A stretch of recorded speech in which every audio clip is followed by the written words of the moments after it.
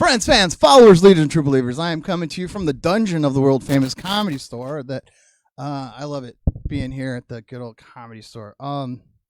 Last week was fun doing the civilianization. If you don't know, I'm still Josh O'Brien, like I've been for the last 40 something years, and I'm coming to you from here, talking to you about some shit that you brought up to my attention as veterans, especially a lot of the Navy old salts and stuff like that.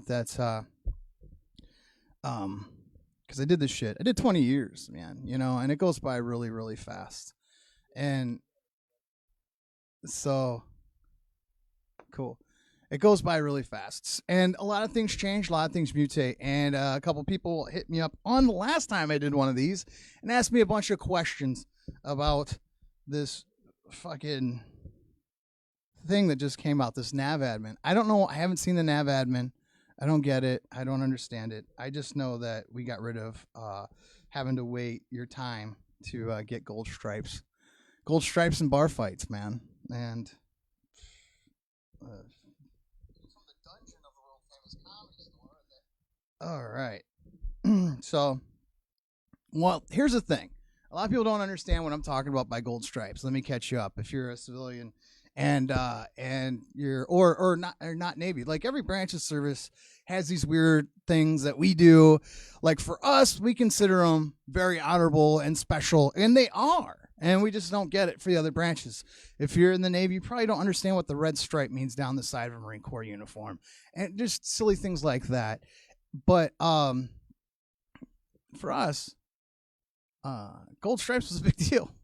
And the thing is, you get red when you 4 years of service as a hash mark, and you fuck up, and then you have to wait at least 12 years till you get gold. So like every hash mark, you get them for 4 years right here. And this is, this is red as well, depending on your job and description, blah, blah, blah. But you're seeing a lot of people that are freaking out about these. This right here, this is a motherfucker. I love these, and I think it's great that they still wear them. The thing is they took a lot of the incentive away. And unfortunately, if you got in trouble, and you'd have to wait 12 years before you can actually wear gold. And that's been a big thing that's been blowing up all over the internet. I get it. I think they shouldn't have changed it. I don't know. I don't know what the meaning is, why they dropped it. So what it is now is if you've been in for at least 12 years at all, you can just wear gold now whatsoever. So my opinion is they should have kept it the way it was. Not much I can do about it. What's happening, man? All right, so some of the questions I had from last week. Do I feel the Lou Deck? Good. He was also a veteran comic, and I see him here at the Comedy Store every once in a while. Do I feel the ghosts in this place? Just so you know, the history of this Freeze Love, and I touched on it last podcast. If you listen to Civilianization, the last episode with Freeze Love and I, we talked about it. But if you don't know the history of this place is pretty fucking dark, dude. Like, there was a lot of people that were murdered in this place. Abortions happened like left and fucking right. And in this basement, yeah, I feel it sometimes, I mean, the problem is I understand electricity too. So when people are like, oh, that's the ghost of the place, it's like, not really. It's a ballast that's not equally balanced with the electrical, the rest of it. But at the same time, you still feel fucking kind of goosebumps when you walk around this place. So right around in this area, like in the basement of the store, there's so many references that you probably get this from, and you've probably already heard it a bazillion times already. So I won't bore you with the details. I'll just say that this place is pretty crazy. There's like, you go up and down the stairs in this place, there's actually mail slots where people could shoot people from. It's nuts. But going back to another question, what do I feel about female SEALs? There aren't female SEALs. There's never been female SEALs. But the thing is there's females that work support with the SEALs and organizations like that, and that's nothing wrong with that.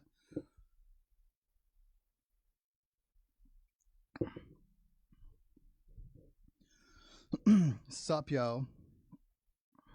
Now, another thing too is we're gonna have some of the Armbar podcast guys in here, but unfortunately, due to another a Marine passing away, they couldn't quite make it, and that sucks, which makes me want to go back to what I talk about quite often, and that's a lot of the high rise of suicide rates, man. I don't even call it a high rise, man. It's the stagnant. It's been fucking. It's not going down. It's still up, and it sucks. And it's sad that it takes somebody like Chris Cornell or our friend, everybody here at the stores, Brody Stevens, for it to be in the highlight again. But it's for the troops. It happens all the fucking time, And the thing is, if you're not reaching out and you're not hitting each other up, you kind of not. I'm not saying you're enabling things. You're definitely not enabling things, but you're not preventing anything.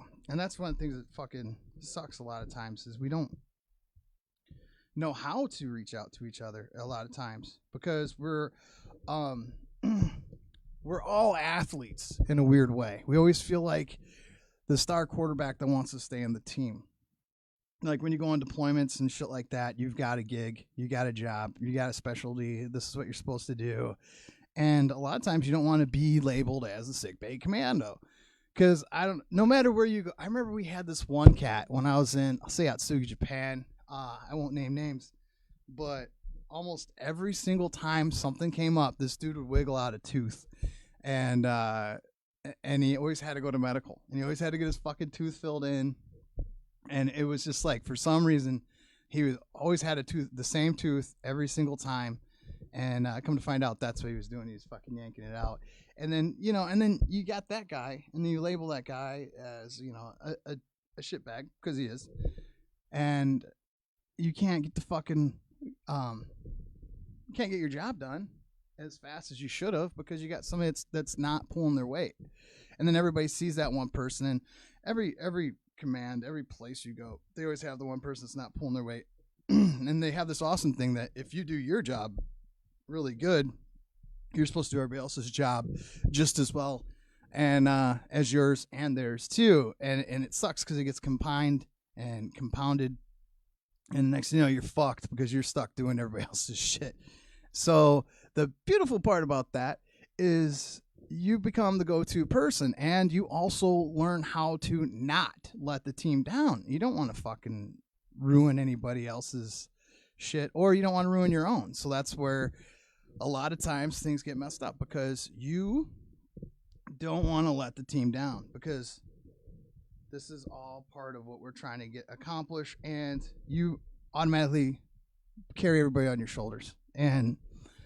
But you're also, everybody else is carrying you too, So if you're looking at it like this, is like, yes, you're carrying everybody else, but they're carrying you. It goes back to the whole thing of take care of yourselves, take care of each other. So when you're asking for help, a lot of times because you're hurt, you don't want to take time away from the project, the game, the mission, whatever it is. And that's where we kind of fail to see that our mission's done, dude. You know what I mean? So like, if you need to get help now, get it. If you need to reach out, hit somebody up, hit me up, hit anybody up. Obviously, if you're watching me right now, you can fucking, you know exactly where to go to.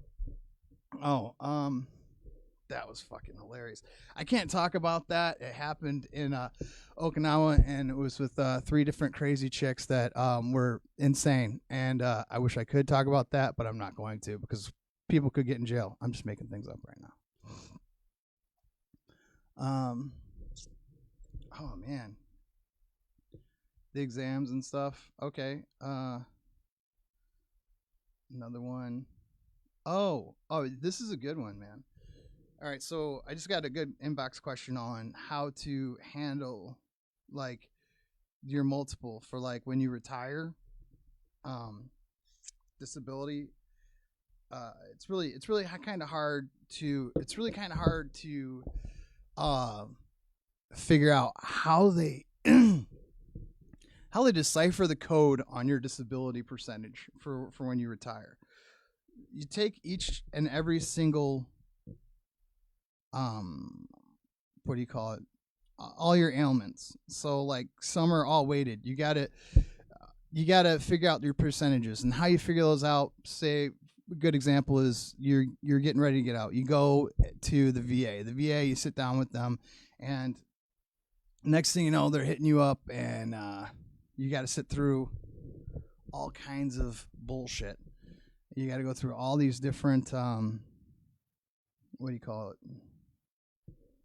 I don't want to say interviews, but um, you got all these appointments, and whatever you write down that your ailments are, that's what you go see people for. It doesn't matter what's in your record. It really doesn't, because like all the shit that you have written down in there, it's unfortunately it's totally irrelevant. Because it's like going back all over again to see these people. Yeah, it does help that it's there, but you also have to be seen by somebody. So say like if you have like bad knees, bad back, whatever it might be, you still have to go and you see a specialist for each one of these things. So what you would do, the best thing to do is just write down everything you got. You got to fill out the form. You got to submit the form. It goes into them, to the VA people. I highly suggest that you get a veterans, a VSO of a sort, some sort of veteran service officer to go through all your paperwork with you and figure your shit out, you know? You take that, you send it up, you go to these appointments, and if you don't, they take all the percentages, and each percentage equals a half. It's fucking weird how it comes back. So say that if you got a 50% for your back, 50% for your hip, 50% for your foot, that means that you have 50% plus 25% plus 13%. So, and then one more would be 7%. So if you had 4 50s, each one's a half of a half of a half of a half. And then they combine those all. So you have 50 plus 25, 75, right? So then 13, 75, 80, 88, 7, 90.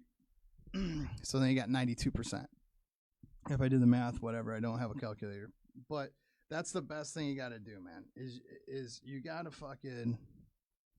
to get your veteran service officer to help you out. Because what's going to happen is a lot of times you're going to get lowballed, and you're going to get what they think that you deserve. And what they think that you're going to walk away with without bitching about, you know. So if there's other things that are ailing you, take it up, send it up to the veteran service officer, and have them look at you, and then send you through a whole nother process. You can always go up, and they can drop you. Like at one point, they tried to drop me saying my lungs cleared up, like I got asthma, and they're saying your asthma is gone. How does that happen? Your asthma does not leave. If you have it, it's there for fucking ever. So that's a good question, man. Take each one of those percentages, add them up. You can find the matrix online, but it's weird. But every single thing is a half of a half of a half of a half, and it's fucking sad. Yeah, SW's doing math. That's what it is.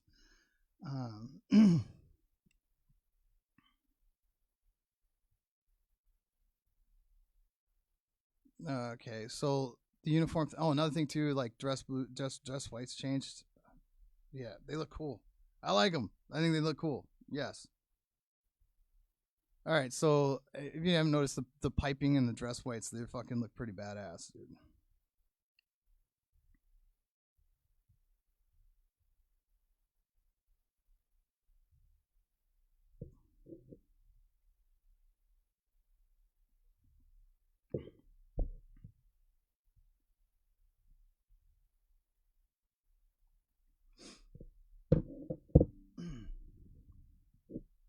Who's the coolest person I've met so far?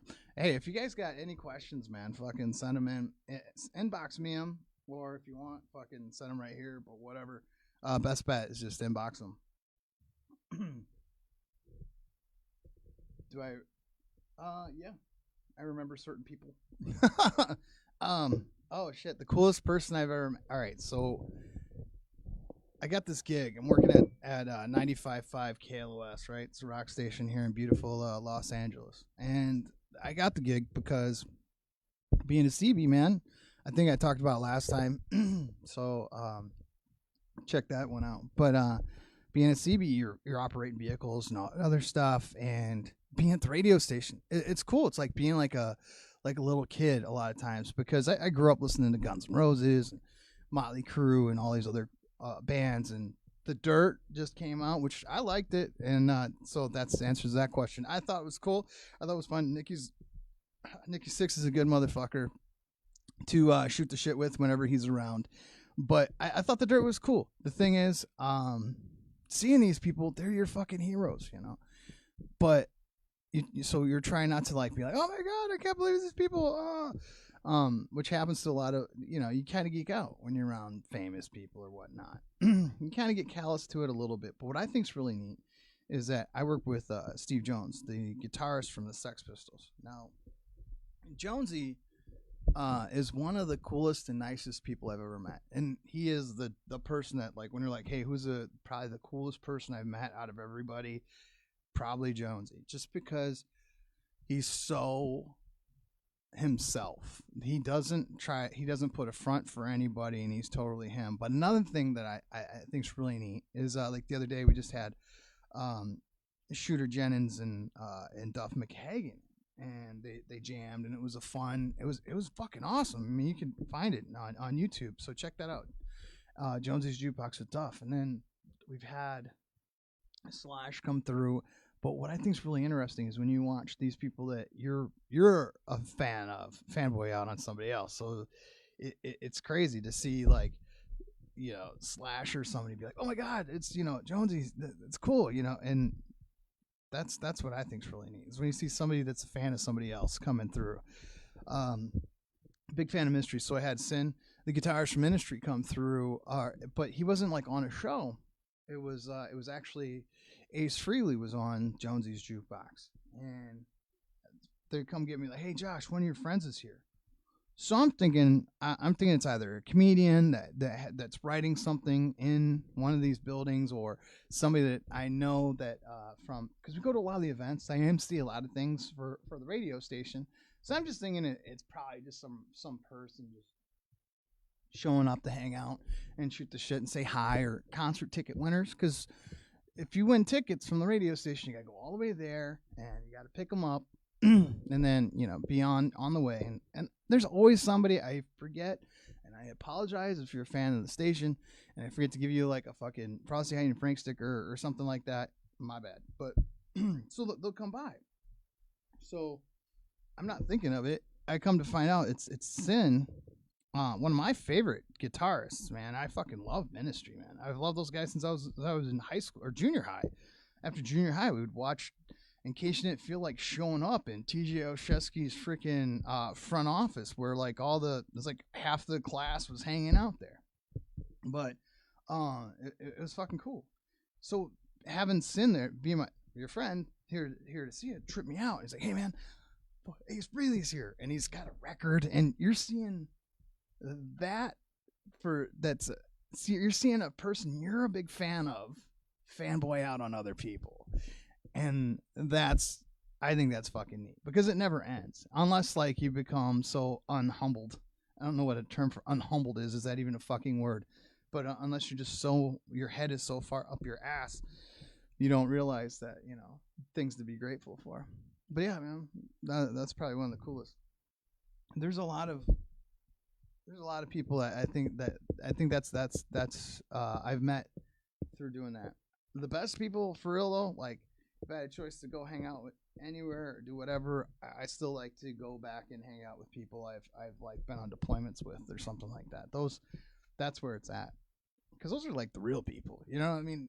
You gone through the shit with them, so it's kind of hard to describe to another person what things are like. The worst thing that people ask you, I think, after you're out or after you're back from somewhere. So say like you were in Fallujah, like, or that's where I lived, and a lot of my best friends lived in Ramadi, and I lived in Fallujah, somewhere Bayat, Baghdad, blah blah blah, all those other places. Is when you get back and somebody's like, "What was it like?" there's no answer. Like, what was it like? Cleveland, just with better roads. I take that back. Not as good roads as Cleveland. A lot shittier roads in Detroit. Both are the exact same thing. Both look just like Fallujah. But another thing too is is the whole thank you for your service thing, and I think it's cool. I don't be a cunt about it. Like, if people are thanking you for your service, just say you're welcome. That's it. It's a weird thing. I don't know. My buddy Mike Vin just posted something about that the other day too. He was a Marine. He runs the Comedy Store down in La Jolla, and Vin posted something about that, and it's true because it's just that whole thank you thing. It's weird, but just I always just say thanks for paying your taxes, but don't get all like, oh, how come you didn't do it? How come you didn't? Because they don't have to. That's why, like 1% of us do this shit anymore. Like 1%. That's it. Like I think 13% served last I knew, and that was when a lot of World War II vets were still kicking.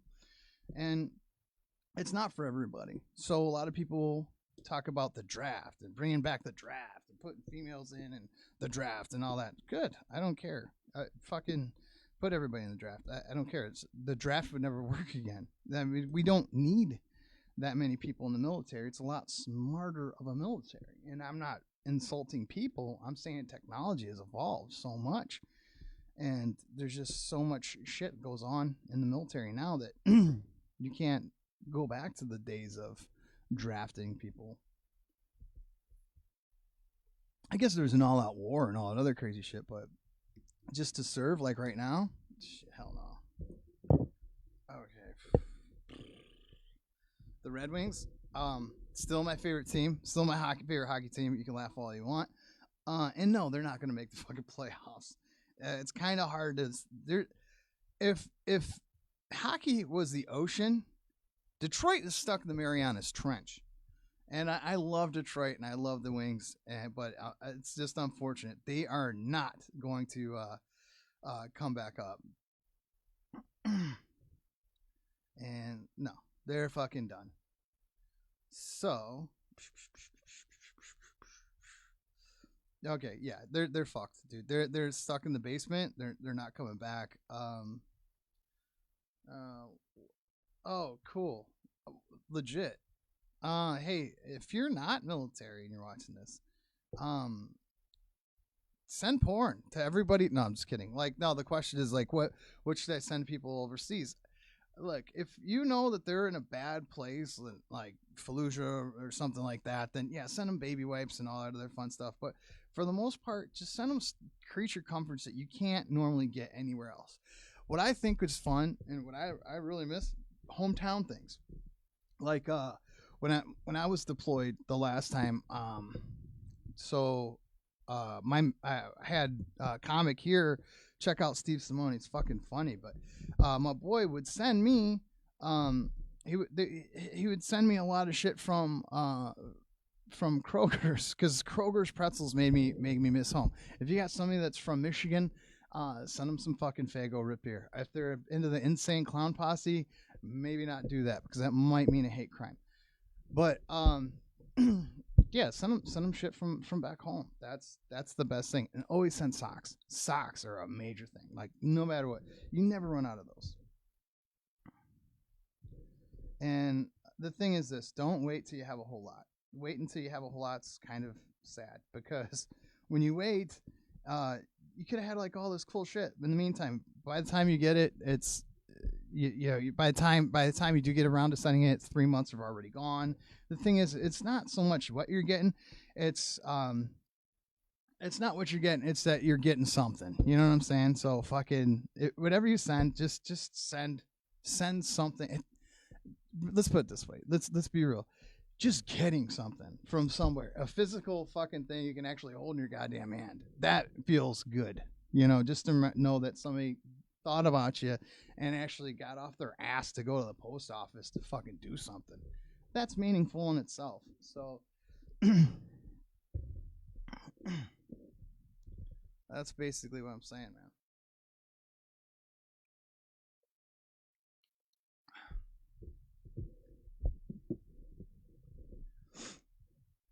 Oh, fucking A, man.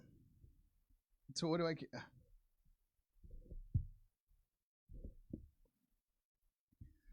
Best place to deploy, that's totally on you, man. You gotta there's so many different places. All right, what's the best place I've ever deployed to? Me, I enjoyed Korea because the people that I was there with. And I think no matter where you go, it's all about who you're deployed with, because there's been so many times where I've been in some beautiful place. I remember being in Guam, and Guam wasn't bad.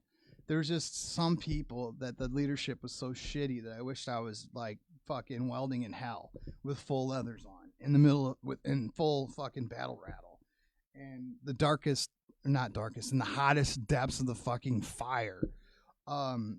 Than actually, so in other words, Fallujah. I would rather been in Fallujah than in Guam with some of these people, and it worked out that way too. But it's a lot about the people that you're with and where you're going. That's the most important thing. So personally, it's all on you. Like what the fucking best. I couldn't tell you. For me personally, I like Korea. It was cold. It was frozen. It was a tundra. The people were fun. We played by big boy rules, and it totally worked out. So the thing is too. I think, going back to the whole leadership thing, is be the leader you wish you had, man, or be the leader you need. I mean, there's too many still people throwing around it wasn't like that when I was in, it wasn't like that when I was a non-rate, it wasn't like that when I was in third class, it wasn't like that when I was a staff sergeant. Right. Once again, we evolve, we change, shit changes. You're not the same person, it's not the same military, and life goes on. Life goes on without me, as the song goes, am I right? So the thing, be the one that you wanted. I mean, be the person that you needed to hear from. And that's pretty simple, cut and dry.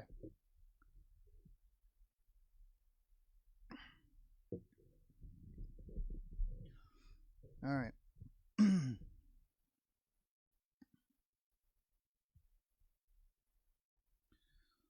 So I don't know. The whole okay, so the stress card thing. All right, one of the things that was going back and forth was they were saying that in boot camp they had stress cards, like a card you could hold up and be like, I'm being stressed out. But that happened like in the 90s. I remember we were in Okinawa, and this is like the late 90s, and we're in Okinawa, we're pouring concrete, and we had this one kid just came straight from boot camp, and he held up his fucking stress card.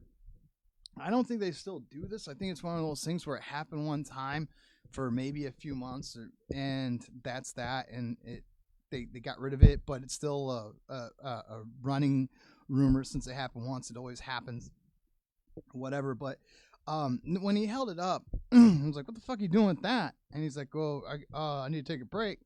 So I ate it, and that's what I thought about stress cards. Yeah. All right, so I'm gonna get this wrapped up. Anyways, the biggest thing, I guess.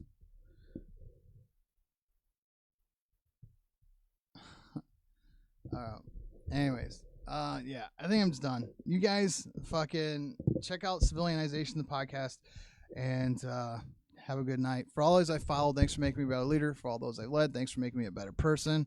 And I am out.